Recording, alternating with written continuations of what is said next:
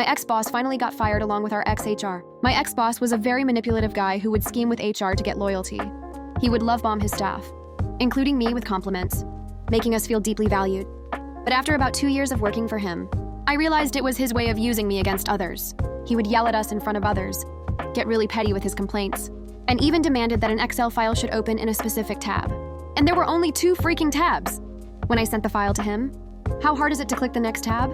He was also a micromanager, who kept demanding us to please call him so he can give instructions for our tasks. This was annoying because he could simply email us, and it was easier to remember things through email rather than notes taken after a call. Since he was close with the HR manager, he made sure everyone knew it and intimidated us.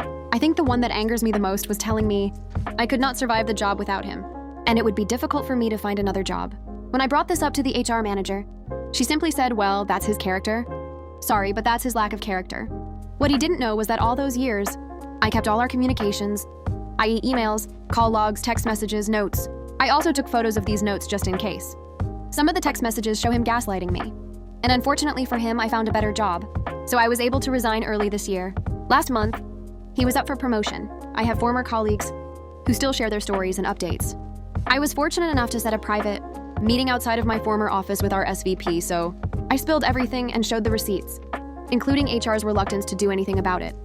To cut the long story short, he wasn't promoted. In fact, he and HR got fired. All my former colleagues, who had complaints about him also, helped by providing their testimonies and experiences. I thought they wouldn't pull through, but the work environment was apparently even more toxic given he was readying himself for the position. Glad people like him can still be held accountable, and I hope if you're going through something like this, keep the receipts, especially if Vau are Resianina.